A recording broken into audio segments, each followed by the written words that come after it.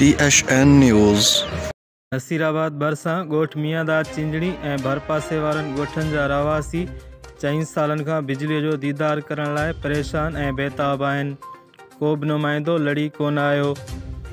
ख़बर मूजिब तालुके नसीराबाद जे यूसी मियांदाद चिंजणी ऐं यूसी धामरा जे ॻोठनि मियांदाद चिंजणी, जान मोहम्मद चिंजणी, अल ॾितो कांदड़ो, नबी बख्श कांदड़ो, आदि जागीर ऐं ॿियनि ॻोठनि जे रहावासियुनि जो चवणु आहे त 4 सालनि खां वठी असांजे ॻोठनि जी बिजली बहाल न थी आहे, जंहिं सबबु असांजो जीअण जंजाल थी वियो आहे। हुननि वधीक ॻाल्हाईंदे चयो त 4 साल अॻु तूफ़ान अचण सबबु नसीराबाद शहर खां ईंदड़ लाइन मां कुझु बिजलीअ जा पोल किरी पिया हुआ, जेके हिन वक़्त ताईं न लॻी सघिया आहिनि।